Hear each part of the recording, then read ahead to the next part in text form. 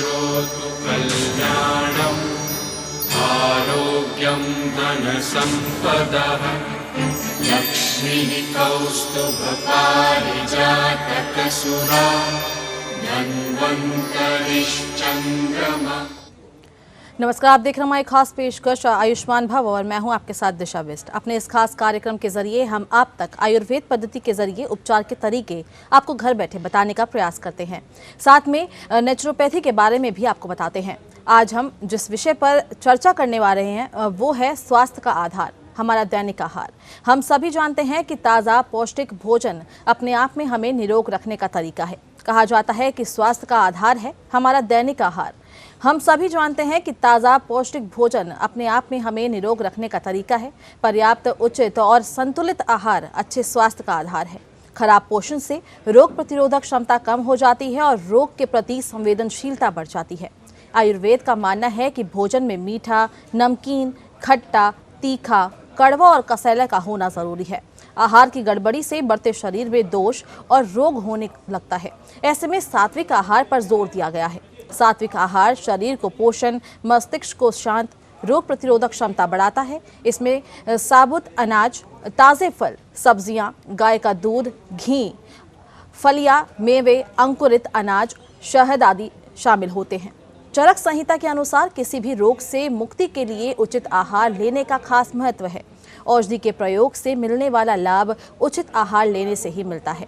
आज हम खान पान के जरिए स्वास्थ्य लाभ की जानकारी आपको देंगे। आज हमारे साथ इस कार्यक्रम में बेहद खास मेहमान हैं प्राकृतिक चिकित्सा विशेषज्ञ डॉक्टर अभय शंकर गौड़ा जी। सबसे पहले हम डॉक्टर अभय शंकर गौड़ा का परिचय अपने दर्शकों से करवाते हैं। डॉक्टर अभय शंकर गौड़ा एक जाने माने प्राकृतिक चिकित्सा विशेषज्ञ हैं। वर्तमान में आप बतौर प्रिंसिपल और professor Aurobindo Subharti college and hospital of naturopathy और यौगिक विज्ञान मेरठ में कार्यरत हैं। आप स्वामी विवेकानंद सुभारती विश्वविद्यालय में आयुष विभाग के डीन भी हैं। आपको 8 भाषाओं में महारत हासिल है। प्राकृतिक चिकित्सा के शिक्षक का आपका लंबा अनुभव है। आप प्राकृतिक चिकित्सा से जुड़े कई सेमिनार और कॉन्फ्रेंस में हिस्सा ले चुके हैं। डॉक्टर अभय शंकर गौड़ा को उनके योगदान के लिए कई सम्मानों से भी विभूषित किया जा चुका है। तो ये था डॉक्टर अभय शंकर गौड़ा का परिचय। अगर आप भी आहार और बीमारी के संबंध में कोई सवाल करना चाहते हैं तो आप हमारे साथ इस कार्यक्रम का हिस्सा बन सकते हैं। फोन लाइन्स खुल चुकी है।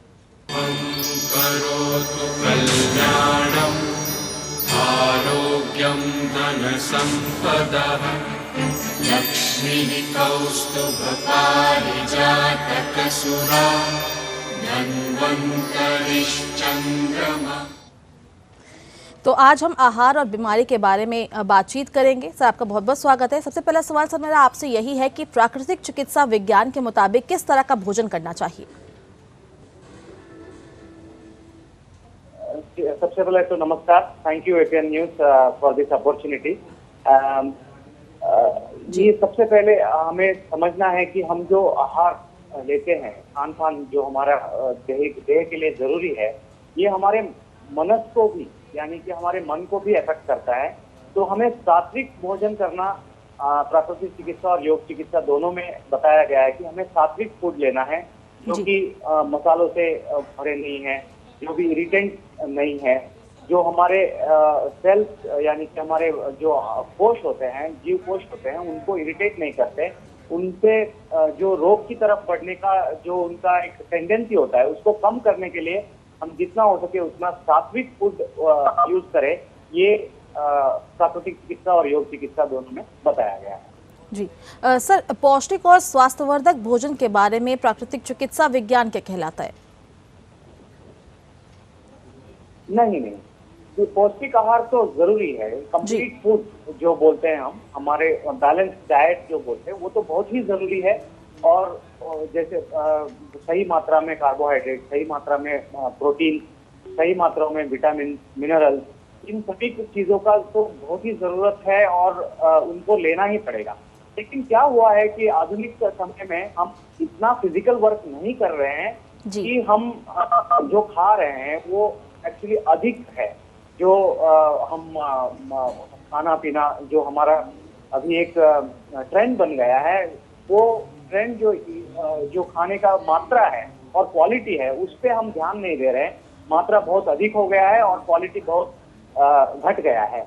तो जी। इस वजह से रोगों का जो उद्भव होना वो बहुत फास्ट हो जाता है। यंग एजेस में बहुत सारे लाइफस्टाइल डिसऑर्डर स्टार्ट हो जाते हैं। जैसे अभी कोविड का जमाना भी है, तो इन्फेक्शन होने के लिए इम्यूनिटी बहुत जरूरी होता है कि हम इम्यूनिटी अपना बढ़ाए रखें, अच्छे रखें। अगर इम्यूनिटी नहीं है तो इन्फेक्शन होने के चांसेस ज्यादा होते हैं। खान पान सही होने से हमारा इम्यूनिटी को भी बहुत इफेक्ट और हो जाता है, जिसकी वजह से हम रोगों को रोक सकते हैं, इन्फेक्शियस डिसीजेस को भी रोक सकते हैं। ऐसे ही जीवन शैली के रोग जैसे डायबिटीज हो, मेटाबॉलिक सिंड्रोम हो, अधिक रक्तचाप हो, इन सब चीजों को भी हम रोक सकते हैं। जी सर, जिस तरह का आजकल का लाइफस्टाइल है, लोग एक्सरसाइज नहीं कर पाते, तो सर क्या होता है सही डाइट प्लान? एक सही अगर हम पुराने जमाने में देखें तो किसान जो थे और जो बाकी प्रोफेशन जो भी प्रोफेशन थे वो सारे फिजिकल एक्सरसाइज के साथ थे। मतलब दिन भर उनको फिजिकल वर्क करना पड़ता था। लेकिन आजकल हम बैठ के काम कर रहे हैं, अपने दिमाग से काम कर रहे हैं, ना कि हम कोई ऐसा फिजिकल वर्क नहीं है। और जो भी अगर मान लीजिए हम कुछ एक्सरसाइज कर रहे हैं तो वो काफी नहीं होता है। इस वजह से हमें खाने को भी लिमिट करना होगा, ये बहुत जरूरी है। पुराने जमाने में ऐसे 2 मील ले लेते, 2 मील हेल्थीएस्ट वे एक्चुअली। अगर फिजिकल वर्क कर रहे हैं तो एक सुबह ले लिया और एक रात को ले लिया, बीच में जो रसपान होता है वही होता है। लेकिन इस जमाने में जो आप आधुनिक जो हम बैठ के काम कर रहे हैं, सेडेंटरी लाइफस्टाइल जो बोलते हैं, इसके लिए हमें डिवाइडेड मील, स्मॉल मील, यानी कि छोटे छोटे भोजन का सेवन करना चाहिए। हर 3 घंटे में हम अगर सेवन करें तो भी चलेगा। उसमें ज्यादा से ज्यादा फ्रूट, वेजिटेबल्स, सैलड, स्प्राउट, इन चीजों को हमें डालना है। जो कलर्ड फ्रूट्स होते हैं, जो कलर्ड वेजिटेबल्स होते हैं, ये बहुत जरूरी है कि हम इनको उसमें करें। इसके अलावा देखिए, पानी पीना भूल जाते हैं कि पानी बहुत जरूरी है देह के लिए।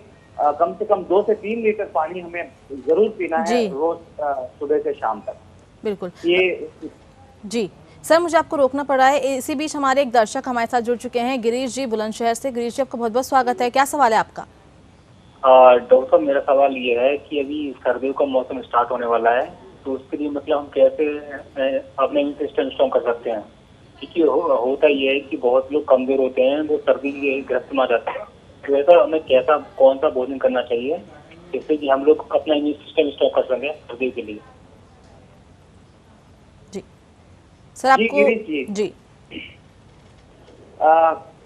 सर्दी के मौसम में जितना हो सके उतना गर्म खाना, और पेय जो भी है हम जितना हो सके उतना गर्म, warm, plenty water of water taking is very important. इसके अलावा नींबू का रस या सिट्रस फ्रूट्स जो बोलते हैं, जैसे संतरे हो गए हैं या मौसमी हो गया, इनके फल के जो रस होते हैं वो बहुत ही जरूरी है। इनमें बहुत ज्यादा मात्रा में विटामिन सी होता है, जिससे कि हमारा इम्यूनिटी बढ़ता है।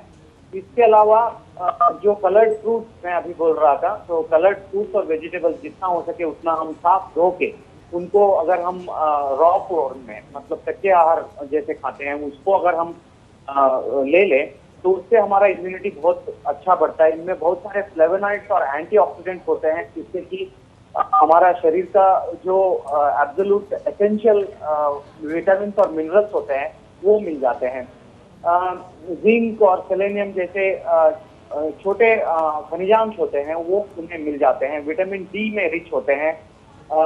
जो हरी सब्जियां होती हैं, हरी सब्जियां बहुत ही रिच होती हैं विटामिन में। मिल्क, चीज, जो कद्दू के बीज हैं, ये सब माना जाता है कि बहुत ही पौष्टिक होते हैं। कैश्यूज पौष्टिक होते हैं। इसके अलावा जो हमारे मसाले मिलते हैं हमारे किचन में, जो रोजमर्रा के मसाले हैं, जैसे जीरा हो गया, हल्दी हो गया, अजवाइन हो गया, सिनेमन, क्लोव्स होते हैं, कार्डमम होते हैं, पेपर होता है, इन सब चीजों को अगर हम ज्यादा से ज्यादा, जो हमारे ट्रेडिशनल मसालेदार सामान है, उनको हमें यूज करना है, लेकिन सही मात्रा में, ज्यादा भी नहीं चाहिए। तो जितना रोज हम नॉर्मली ले सकते हैं उनको ज्यादा से ज्यादा लेंगे, हमारी जो अभी कोविड के इसके लिए भी और ठंड के लिए भी बहुत ही लाभदायक होंगे।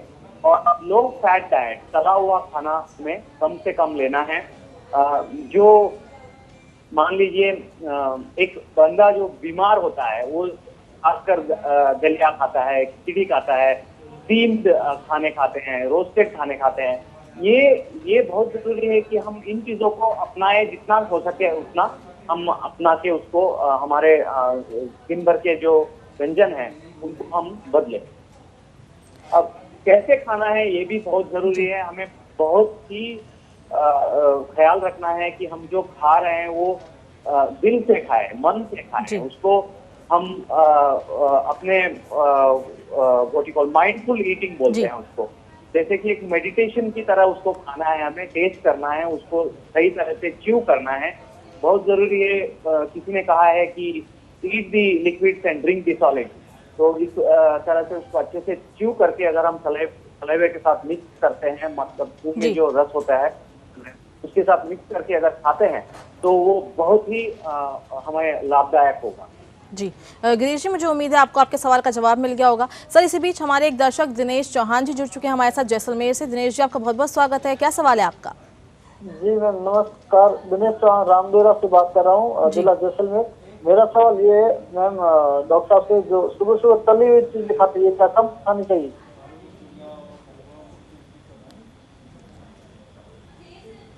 हेलो, मुझे सुनाई नहीं दिया।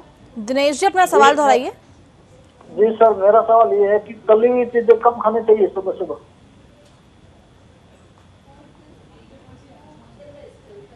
मैडम, आपको सुनाई दिया? सर, ये तली हुई चीज़ों के बारे में पूछ रहे हैं कि क्या तली हुई चीज़ें सुबह कम खानी चाहिए? सुबह नहीं, इनफैक्ट तली हुई चीजें जो है उसको वो टोटली अवॉइड करेंगे तो बहुत ही अच्छा रहता है।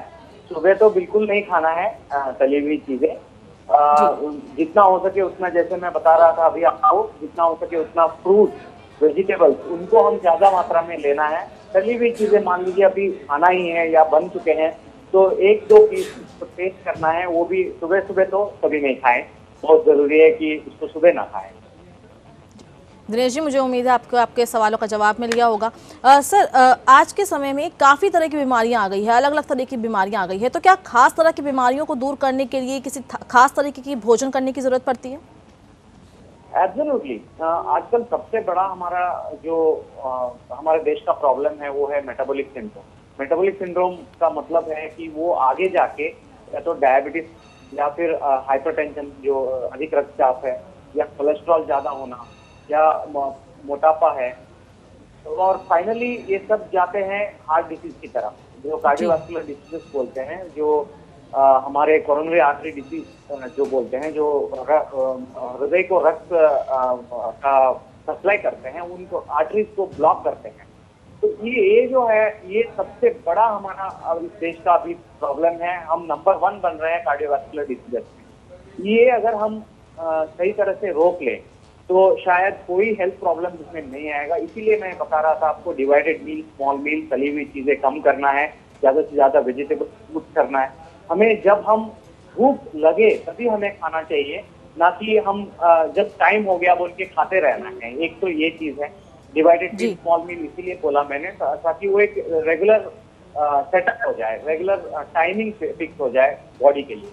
कैलोरी रेस्ट्रिक्शन करना बहुत जरूरी है। हम अधिक मात्रा में खा रहे हैं, उस मात्रा को हमें आधा नहीं, हम 1/3 ही खाना चाहिए हमें जी। ये कैलोरी रिस्ट्रिक्शन भी वेस्टर्न कंट्रीज में, यूएस में सब बहुत सारे रिसर्च हुए हैं। इंटरमिटेंट फास्टिंग, वहाँ पे बोलते हैं कि 16 घंटे के लिए अगर आप कुछ ना खाओ, सिर्फ जूसेस लो, तो वो आपके लिए बहुत हेल्दी है। इवन कैंसर जैसे रोगों के लिए वो इंटरमिटेंट फास्टिंग को सजेस्ट कर रहे हैं। तो फिजिकल इनएक्टिविटी, जैसे कि आप बता रहे थे, बिना एक्सरसाइज के हमारा बहुत सारा प्रॉब्लम हो गए हैं, चाहे वो मोटापा हो, चाहे हार्ट डिसीज हो, ये सारा फिजिकल एक्सरसाइज ना होने की वजह से भी है। तो फिजिकल एक्सरसाइज को भी इस डाइट के साथ हम अगर ऐड कर लें, योग जो कि हमें बहुत लाभदायक है, सिंपल आसनास हैं जो हम कर सकते हैं। हमारे आसपास बहुत सारे लोग हैं जो योग कर सकते हैं। हमें जैसे अभी आपने पूछा कि स्पेसिफिक डिसीजेस के लिए स्पेसिफिक डाइट, कुछ रोगों के लिए हमें कुछ चीजें खाना नहीं चाहिए, कुछ डिसीजेस के लिए हमें ज्यादा खाने चाहिए। सिंपल एग्जांपल अगर मैं बताऊं तो जैसे हार्ट डिसीज, डायबिटीज चीजों को हमें रोकने के लिए जो मैं अभी डाइट बोल रहा था, डिवाइडेड मील, स्मॉल मील, जो खाना हम खाते हैं उसमें ज्यादा से ज्यादा फल और तरकारी हम ज्यादा से ज्यादा इन्वॉल्व करें। जी। ये सब चीजों को हमें ख्याल रखना है। अब हर डिसीज के लिए अलग अलग होता है। जैसे किसी को जोड़ों का दर्द है, उनके लिए कैल्शियम विटामिन डी की बहुत जरूरत होती है, तो जिसमें कैल्शियम की मात्रा ज्यादा हो वो फूड उन्हें खाने पड़ते हैं। तो ऐसे हर रोग के लिए अलग अलग डाइट है, उसको डाइट थेरेपी बोलते हैं। जो फूड के हिसाब से हम थेरेपी देते हैं। मतलब इसका मतलब ये नहीं है कि हम दवाई नहीं लेंगे, दवाई लेंगे, उसके साथ साथ हम खाने को भी अगर ठीक करते हैं तो कम दवाइयों में ज्यादा लाभ हो। बिल्कुल सर, इसी बीच हमारे एक दर्शक हमारे साथ गुप्तेश्वर जी जुड़ चुके हैं, गंगेश्वर जी जुड़ चुके हैं मिर्जापुर से। आपका बहुत बहुत स्वागत है। क्या सवाल है सर आपका? हमारे साथ डॉक्टर अभय शंकर गौड़ा जी जुड़ रखे हैं ज़्यादा चर्चा के लिए। सर, सवाल मेरा आपसे एक ये भी है कि आजकल ऑर्गेनिक फूड की बात काफ़ी की जाती है, ये क्या होता है और इसके सेवन से क्या फ़ायदे होते हैं?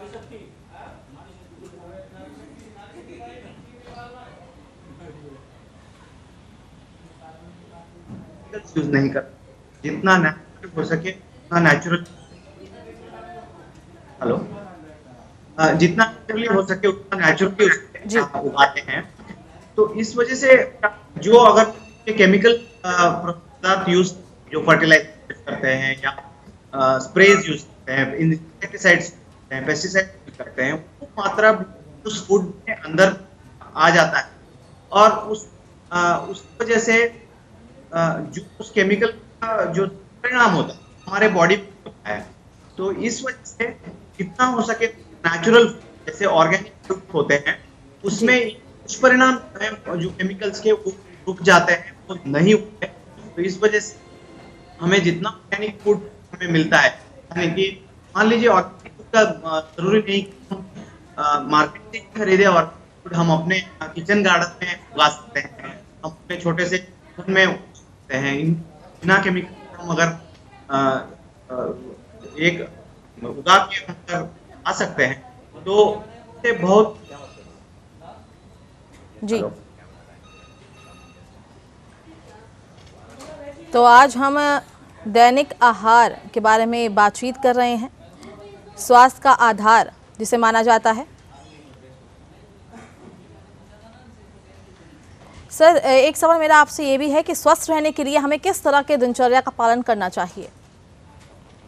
सबसे पहले तो दिनचर्या जो है, आजकल जो रात को लेट सोते हैं, फोन पे होते हैं, टीवी पे होते हैं, उसको बंद करना होगा सबसे पहले, क्योंकि हम निशाचारी नहीं है। हमें जितना जल्दी हो सके 10-11 से पहले अगर हम सो जाते हैं तो हमारा हार्मोनल चेंजेस जो हो रहे हैं बॉडी में, स्ट्रेस के कारण हो सकता है, काम के कारण हो सकता है, ये सारे बैलेंस हो जाएंगे, उसका मेटाबॉलिज्म ठीक हो जाएगा अगर हम जल्दी सो सकते हैं। पहला पॉइंट तो जल्दी सोने वाला चीज जी। दूसरा, हमें जल्दी जगना चाहिए। जगते ही हमें एक आधा लीटर पानी अगर हम ले लें, उसको उषापान बोलते हैं। उषापान मतलब जैसे ही जगते हैं हम, वो वैसे सुबह एक आधा लीटर से ज्यादा अगर हम पानी पी सकते हैं तो बहुत ही लाभदायक होगा। उसके बाद मान लीजिए नींबू पानी, अगर गर्म नींबू पानी या जी। सर, माफ कीजिएगा, मुझे आपको रोकना पड़ रहा है। एक दर्शक हमारे साथ जुड़ चुके हैं, गंगेश्वर जी मिर्जापुर से। आपका बहुत बहुत स्वागत है। क्या सवाल है सर आपका?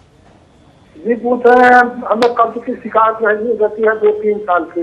जी हाँ, डॉक्टर से पूछना चाहते हैं कि हमें 2-3 साल से कब्ज की शिकायत इतनी ज्यादा रहती है कि मतलब पेट साफ नहीं होता। जी सर, आपका क्वेश्चन मिल गया है? नहीं सर जी सर, उनको कब्ज की शिकायत है पिछले 2-3 साल से। हाँ, ओके।